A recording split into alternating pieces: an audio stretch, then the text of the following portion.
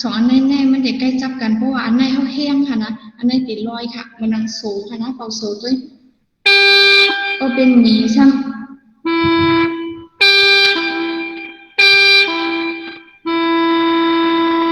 เสียงมันเมาเสียงมันลอยไปค่ะนะเสียงอันนั้นจะเป็นหมีค่ะนะเขาจะไปแจกก่อนเขาจะกว่าเสียงกลางแทงค่ะเขาจะกว่าเสียงกลางแทงค่ะ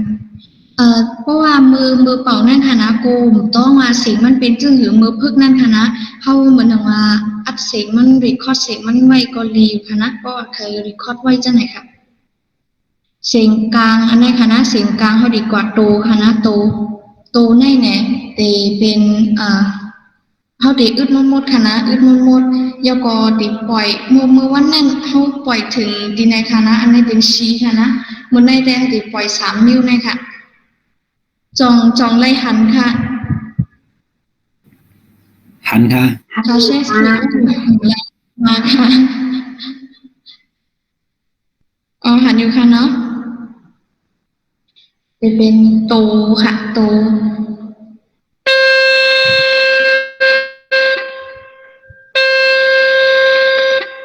เสียงที่ออกจากไหนค่ะ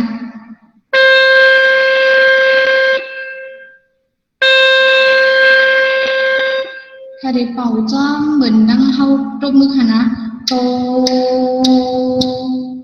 เห็นได้เป่าจากไหนค่ะ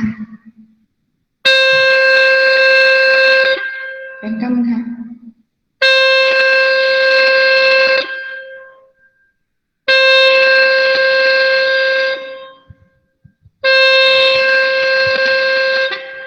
เอาค่ะอันนั้นเป็นโตค่ะนะจองเป่าไรค่ะโตอันนั้นค่ะไรเข้ามาก่อนค่ะว่าไรก็เข้ากว่าเทียงอันนั้นค่ะรวยค่ะนะอันนั้นเป็นรวยค่ะรวยเมื่อไกลนั่นเขาเปิดไว้3 นิ้วค่ะนะเขาเปิดไว้3 นิ้วตัวเหลือเขาเตะเปิดแทงนิ้วค่ะเขาเตะเปิดแทงนิ้วเป็นตั้งหมดเป็น4 นิ้วค่ะเนาะตั้งหมดเป็น4 นิ้วค่ะเดี๋ยวออกเสียงนะ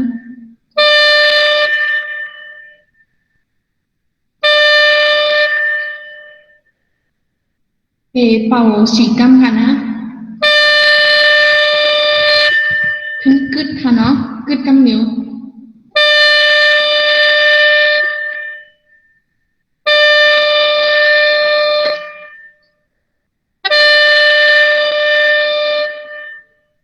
ขึ้นเดเป่าแหนขึ้นโตตามน้ำเลยค่ะอันเป็นโตในค่ะนะโตใน1 2 3 4เมื่อพ้องเข้าเป่านั่นค่ะนะอย่าลืมอ่านปันด้วยใจค่ะนะก็มาเมื่อพ้องเข้าเป่าให้เขาลืมว่าอันเข้าปล่อยอยู่4 นิ้ว5 นิ้วเนี่ยมันเป็นโตสังละมันออกเสียงสังออกจือมันเป็นอีสังไงโกลืมแปดค่ะเตแม่เป่าไหนขึ้นอันเป็นโตในค่ะเตเขาเตผุยเสีย3 นิ้วค่ะนะ3 นิ้ว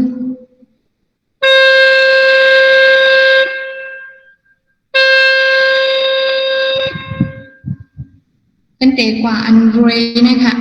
อันเป็นรวยนะคะ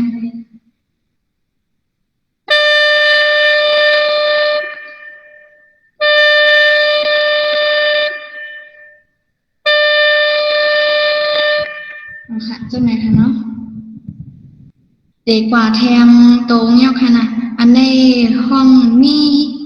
ค่ะนะมีเนี่ยเมื่อไกลแน่เขาเปิดถึง4 นิ้วค่ะเนาะ4 นิ้วหมายจ้อมค่ะนะอันเป็นโตมีอันเป็นโตมีเนี่ยค่ะโตมีในเนี่ยเขาได้เปิดแทงนิ้วค่ะนะทั้งหมดได้เป็นว่า1 2 3 4 5เป็น5 นิ้วค่ะนะเขาได้แต่ตั้งเติมมันเปิดขึ้นมาค่ะนะเปิดหูมันขึ้นมากอะ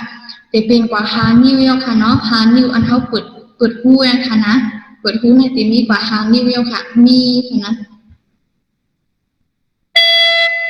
เสียงมันเด็กหมอกข้างในค่ะมีอย่างนั้นเนาะมีค่ะกำในตีเป่าแหนมีค่ะนะมี4 กำในค่ะ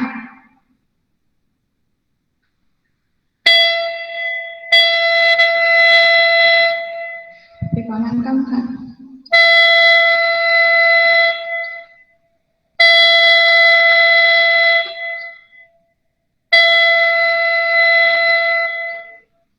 เสียงที่ออกจากไหนค่ะออกการได้สามเขาเรียกว่าสามตัวเยอะค่ะนะในสามตัวในเนี่ยจ่องคืดค่ะลูกเล่นเขาจ่องคืดค่ะ ขึ้นคาออหมอสอน อ๋อค่ะอ๋อค่ะวันนั้นเฮากอดแทงตรงค่ะตัวในห้องฟ้าค่ะนะฟ้าเนี่ยฟ้าในเนี่ยดีมีลายเป่า2 นิ้วค่ะฟ้ามีลายเป่า2 นิ้วค่ะอันนั้นได้อิงเหนือเพอเลยเจอลายเลยในก็เอาลายค่ะนะมีสองลายเด่นในลายหนึ่งค่ะนะลายหนึ่งในเนี่ยเฮาได้ปิกคู่หมดค่ะเฮาได้ปิกคู่หมดแถวก็เฮาได้ปึดตั้งเตอเนี่ยค่ะ ตั้งแต่แน่ค่ะตั้งแต่แน่ค่ะเนาะอันหนึ่งคู่หนึ่งค่ะนะตั้งแต่แน่แหยกอตั้งหรือในหูค่ะตั้งหรือหูตั้งแต่หูค่ะนะตัวไว้ค่ะนะตั้งหรือในติเป็นนิ้วจีอันหนึ่งตั้งแต่ในสมติเป็นนิ้วในค่ะนะนิ้วลื่นสุดในค่ะคู่หนึ่งติเป็น2 คู่ค่ะนะเสียงมันติออก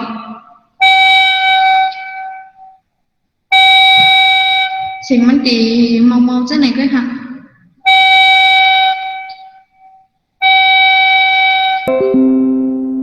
เอาค่ะลายเป็นในได้เป็นลายหมายหนึ่งค่ะหมายสองซ้ำเป็นหมายสองได้ไงค่ะนะหมายสองอำโลกุดตั้งเตอร์ค่ะอำโลกุดตั้งเตอร์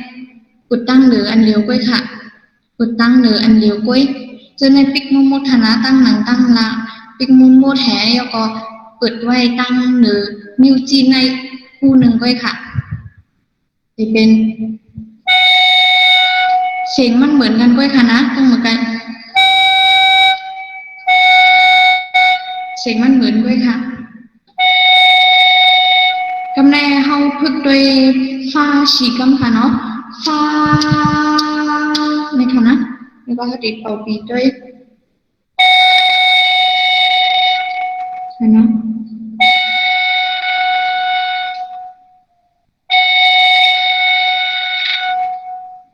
เอาเสียงมันได้ตีออกจากไหนค่ะค่ะตีแม่ตีเสียงกลางในเป่าไหนมาก1 โตตีเป่าไหน3 กำค่ะทำได้เสียงค่ะเนาะแล้วก็ตีเป่า1 โตในเป่าไหน3 กำ1 กำในตีเป่าให้มันเมียนทั้งในค่ะ4 กำในค่ะ มาตูกันนะคะนะตูในปล่อย3 นิ้วค่ะ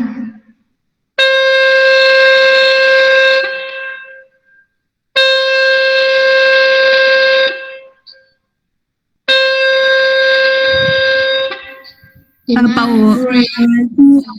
หมอสอนอ่ะเป่าเอาเป่าแต่ดูไรค่ะเสียงกลางค่ะเสียงแต้มเอาแต่อันแต่ตูในค่ะแต่ตูในค่ะตูในค่ะอ๋อดูค่ะเนาะเสียงอ๋อค่ะเอาค่ะเสียงตูในปล่อย3 นิ้วในค่ะมือไกลเป่าไหนบ้างค่ะปล่อย3 นิ้วในค่ะอ๋อไหนคะนะ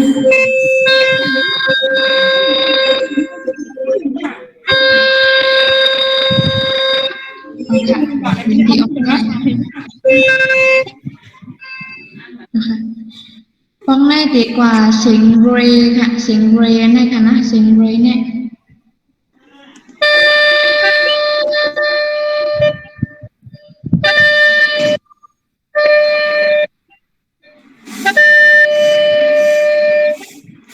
ปิกไมโครโฟนไว้กำค่ะเนาะ โอ้ sorry ไม่นะค่ะ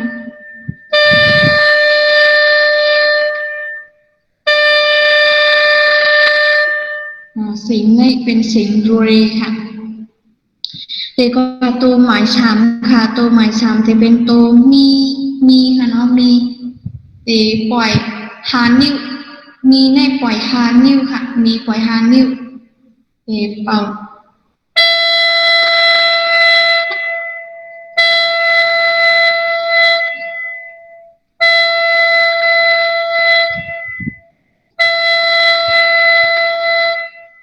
พอเป่า ย่อเฮาติเลยกึดค่ะนะเสียงไทยใจตินะคะติเลยกึดกำในดีกว่าฟ้าในค่ะฟ้าในไหนเมื่อไกเมื่อไกในเป่าไหนสองไล่ค่ะนะเวกาว่าเอาไล่เร็วให้เป่าไหนก็แล้วค่ะ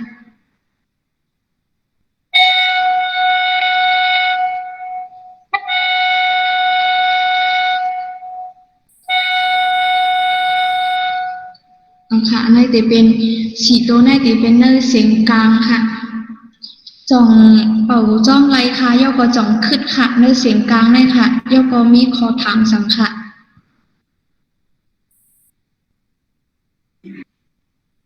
หมอสอนอ่ะฟ้าเนี่ยอึดมันหมดค่ะอึดเห็บปล่อยนิวซีในด้วยค่ะขึ้นไหนด้วยค่ะลูกค่ะในจะมีไล่เป่าสองอันค่ะมีไล่เป่าสองอันค่ะนะตีตั้งเตยในอันค่ะนะเตยในเรื่องสุดเสียเป็นอันหนึ่งแล้วก็อึดตั้งอันในค่ะนิ้วจี้ตั้งสูงในอันหนึ่งค่ะตั้งเตยมาในอึดหมดค่ะน้องอ๋อค่ะมือเฮาปิ้งหมดค่ะนะตั้งเตยสุดอันหนึ่งแหตั้งเลยสุดนิ้วค่ะตั้งเตยสุดนิ้วตั้งเลยสุดนิ้วค่ะอ๋อค่ะไม่เป็นไรค่ะเทียงไล่อันหนึ่งซ้ำตั้งเติมหนูคุยค่ะคุยตั้งเหลืออันเดียวค่ะคุยตั้งเหลืออันเดียวค่ะอ๋อซึ่งไงค่ะในสีอันนั้นจ่องขึ้นค่ะจ่องวิเคราะห์ถามค่ะในเสียงกลางนั่นค่ะยินจมค่ะอะไรย่อค่ะอ๋อค่ะ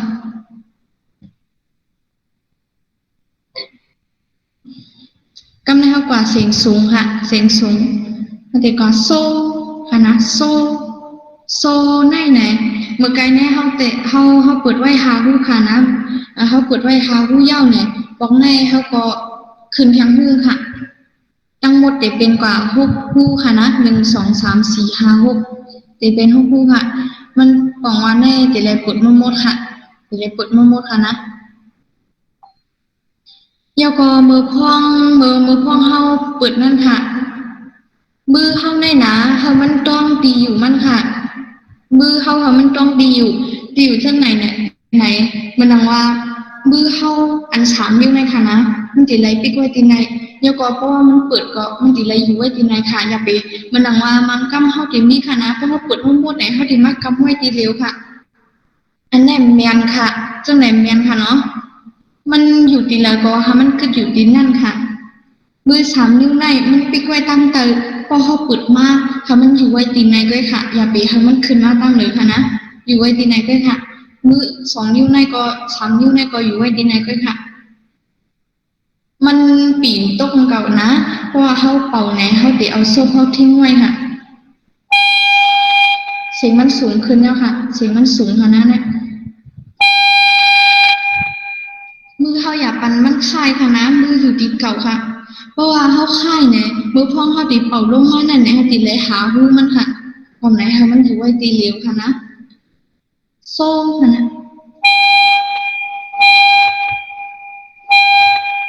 เตะเป่า3กำค่ะนะ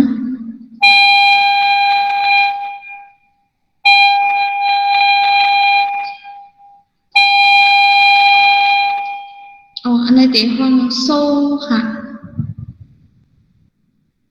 เทียงตรงค่ะนะเทียงตรงอันนี้ได้เป็นล่าอย่างค่ะเนาะล่าในเมื่อไกลในเขาเปิดเที่ยวพวกคู่ยาวค่ะนะหมายไว้ค่ะเพราะว่าเขาปล่อยยาวพวกคู่ใน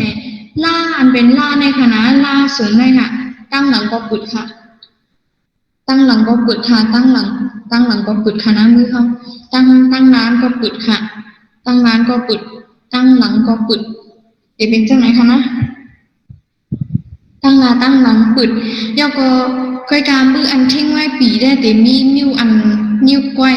นิ้วในค่ะนะนิ้วในติดทิ้งไว้ที่ไหนค่ะยอก็ติดกึดเทียง มือภายในอันเป็นนิ้วปุ๊กในคณะเดมาทิ้งบันตีปีเขาตั้งหลังได้ค่ะเดปล่อยมั่วๆค่ะนะเสียงมั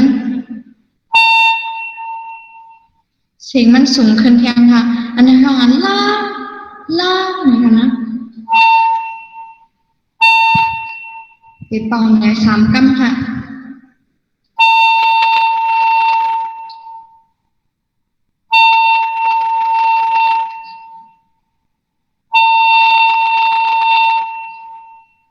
ขึ้นในเป่าตอนเรือเดเป่าในอันในแต่ในมากค่ะโซ่เดเป่าในโซ่ค่ะนะโซ่ในเดเปิด6 นิ้วค่ะเดเปิด6 นิ้วค่ะนะมือก็เต็มไรไข่ค่ะ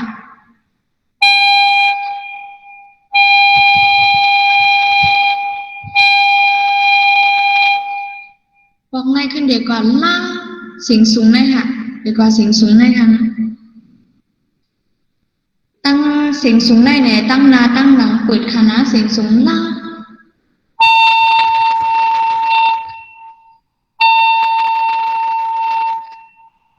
นะคะ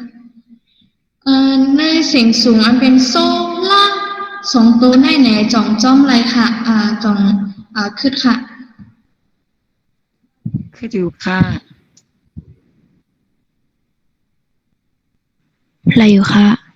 ค่ะวันนั้นเกแต่ตั้งหรือเป่ามาถึงตั้งเตอค่ะนะคือเป่าแหน่มือกำค่ะอ๋อค่ะโซจำเตอค่ะเดแม่ใครเนี่ยค่ะนะโซจำเตอแน่เฮาเด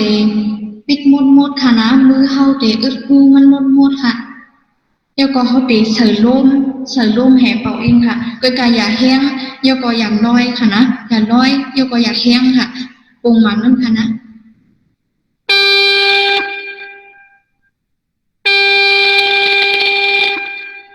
เสียงตีนักไว้อินค่ะนะเสียงตีหมอกข้างในค่ะแล้วก็มาแทงหมาย2เลยค่ะนะลาเอาค่ะลาไหนมือเข้าเป่าโสเข้าปิดกึมก็อยากเพราะว่าลาเนี่ยลาเข้าติดปิด1 นิ้วค่ะนะติไหนปิด1 นิ้วค่ะ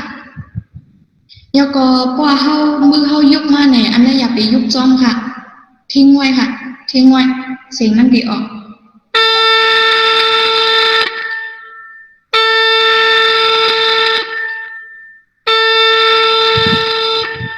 ค่ะนี่เป็นลาค่ะตัวหมาย3เนี่ยค่ะเป็นชีค่ะนะชีเนี่ยเขาได้ปิด2 นิ้วค่ะเขาได้ปิด2 นิ้วแต่ตั้งหลังว่าอันถ้าว่า2 นิ้ว3 นิ้วเนี่ยมันได้แต่ตั้งเติมนับขึ้นค่ะ1 2ค่ะนะ2 นิ้ว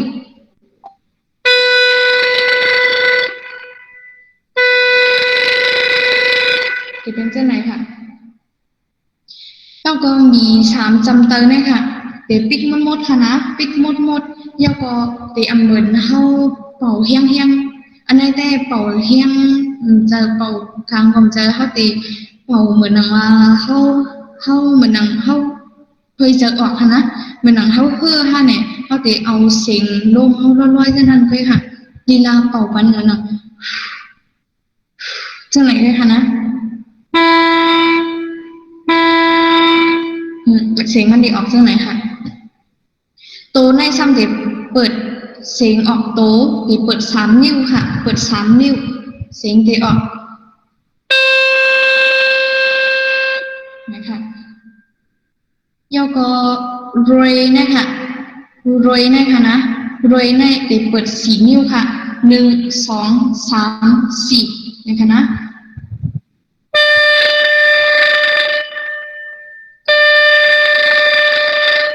จังไหนค่ะตัวในขึ้นเป็นมีค่ะนะมีในแต่เปิด5 นิ้วค่ะเปิด5 นิ้ว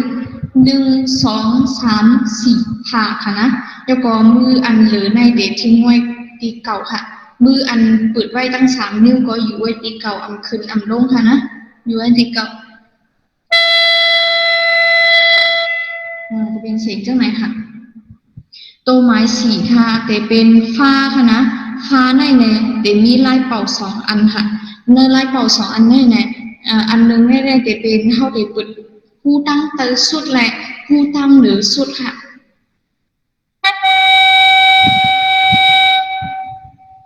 เทียงไล่ซ้ำเฮาเต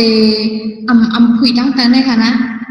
ปุดตั้งหรือสุดอันเร็วค่ะปุดตั้งหรือสุดผู้เร็วค่ะเนาะเสียงเตออกเมาๆจังไหนฮะแล้วก็เสียงสูงค่ะโซไหนเนี่ยเต